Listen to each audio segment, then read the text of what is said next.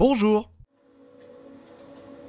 Ah, c'est quand même plaisant de pouvoir jouer aux jeux actuels sur une télé digne de qualité, une télé proposant la 4K HDR. On ne va pas une nouvelle fois tester une console récente sur cette télé 4K, chose que j'ai déjà faite lors de l'achat de cette télé. On va plutôt faire le contraire d'une vidéo qui avait très bien marché. Vous vous souvenez de la vidéo où j'avais testé une console récente mais sur une vieille télé cathodique? J'avais testé une PS4. Pourquoi pas tester le contraire pour aujourd'hui? C'est-à-dire tester une vieille console rétro sur cette télé 4K, voir si c'est compatible, avec quoi je peux faire fonctionner ce matériel, enfin plutôt cette console, puisqu'il n'y a pas de sortie Péritel ni de sortie RCA sur cette téloche. Et si je peux faire fonctionner cette console sur cette télé, quelle en sera la qualité? Je pense que ça risque de piquer aux yeux et j'ai attendu cette vidéo pour tester l'expérience, pour que vous puissiez mieux voir mes réactions. Le jeu le plus rétro que j'ai testé avec cette télé, c'est F-Zero GX. Certes, c'est un jeu rétro, la GameCube est une console rétro, elle date des années 2000, F-Zero GX 2003, mais je souhaite vraiment tester une vieille console rétro, une console sortie dans les années 80. Suivez-moi. Les vieilles consoles en boîte de ma collection n'ont toujours pas bougé de place. Ça se trouve ici et il y en a pour tous les goûts. Avec de la N64, de la Mega Drive juste au-dessus, de la Super Nintendo et encore un peu plus vieux. Et on va prendre le plus vieux et surtout une console bien mythique à mes yeux. Et il s'agit de ma toute première console de jeux vidéo. C'est la bonne vieille NES. Allez, on te prend toi. On va peut-être juste enlever ça avant. Ouais, il y a des moments, c'est un petit peu en équilibre. Regardez-moi ce pack NES. Ah, je suis quand même curieux de savoir si ça va fonctionner parfaitement sur la 4K. Mais je pense que ça va vraiment piquer les yeux. On va maintenant choisir quelques jeux pour ce test. Puisque c'est bien beau d'avoir une console, mais si on n'a pas de jeu, ça sert strictement à rien. Voyons, quel jeu je peux choisir pour tester cette console sur la télé 4K? Des jeux assez mythiques à nos yeux, des débuts de série ultra célèbres, ou des choses que même aujourd'hui on peut bien apprécier. Après, ça dépend des goûts et des couleurs, surtout si vous n'êtes pas trop allergique au graphisme de l'époque. Pourquoi pas, par exemple, choisir le jeu le plus célèbre de la NES, Mario Bros 1, et on va choisir un autre jeu, une autre série ultra célèbre, sortie en 1986. Allez, viens par là, le Zelda. Et bien entendu, le tout premier Zelda, avec la cartouche dorée qui flash les yeux. Mais ce n'est pas fini, il me manque encore autre chose. Comme je vous le disais précédemment, les câbles HDMI n'existaient pas encore à l'époque de la NES. On en était encore au câble Péritel. L'HDMI a été créé en décembre 2002. Donc on en était à la génération GameCube, PS2, Xbox. Il me faut un adaptateur qui va me permettre de passer d'un câble Péritel à un câble HDMI. Un adaptateur, non c'est pas de ce côté, que j'utilise assez souvent. Enfin, que j'utilisais surtout sur mon ancienne télé, et il se peut que je vais utiliser encore ce matériel-là pour la nouvelle télé. Enfin, après, il faudra voir la qualité de l'image.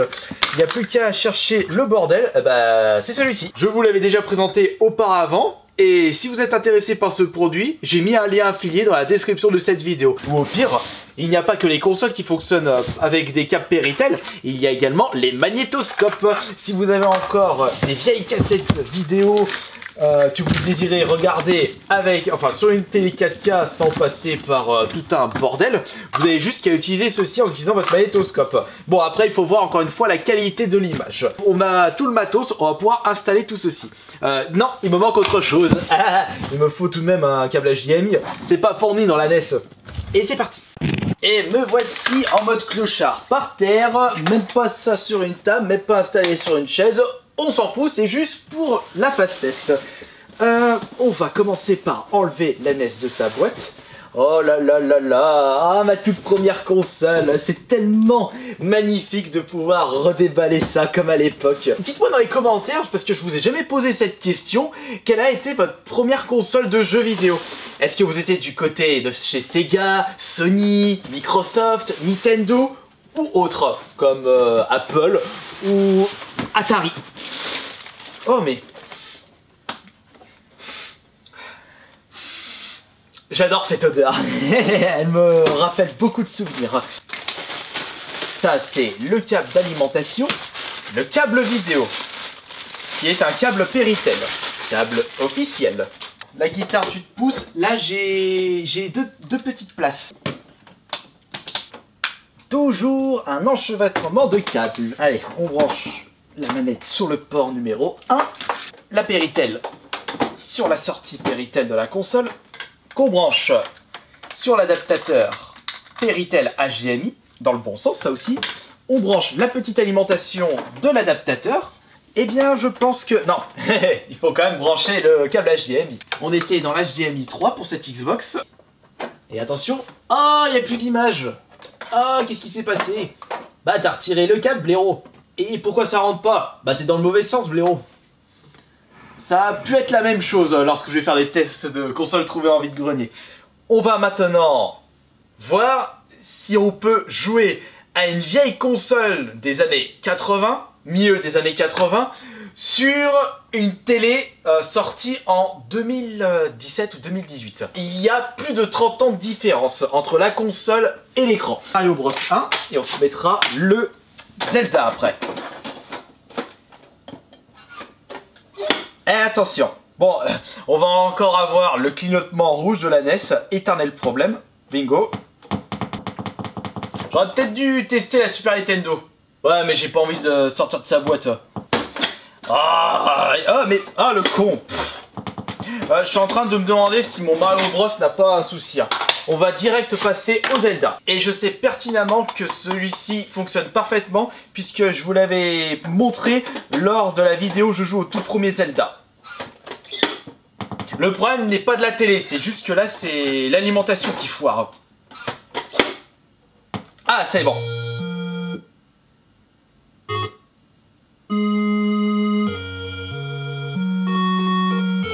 On a un son mais on n'a pas d'image. On va quand même aller dans les options de la télé pour voir si on peut régler ce problème. Paramètres d'image. Voilà, on va enlever l'ultra résolution. Voir si ça marche là.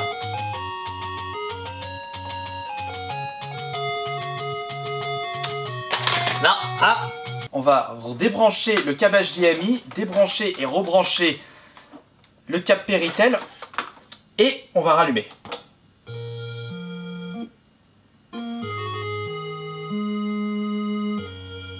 Alors là, on a un petit souci, on a un gros souci.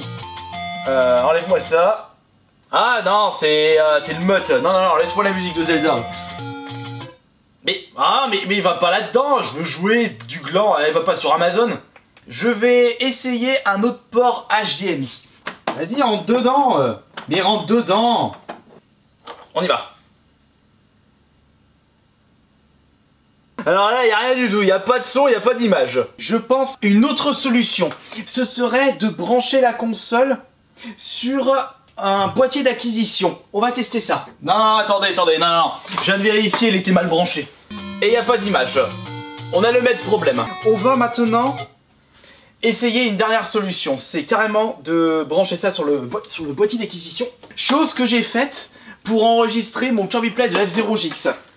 Allez, on te fout là-dedans. HDMI 1, là, c'est là. Source, please, source.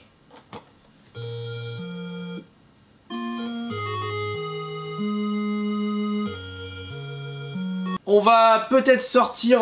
oh fuck. On va sortir la GameCube.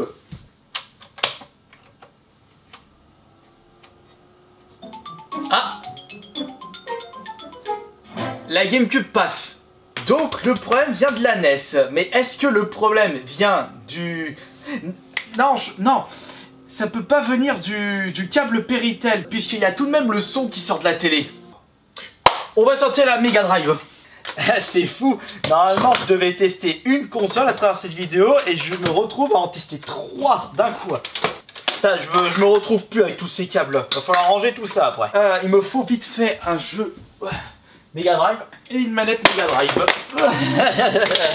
On va mettre Punisher dedans. c'est parti.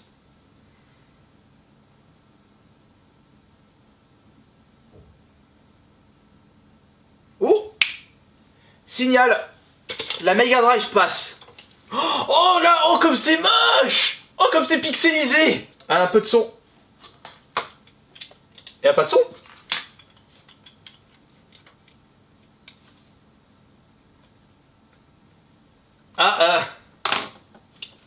Alors là, cette fois-ci...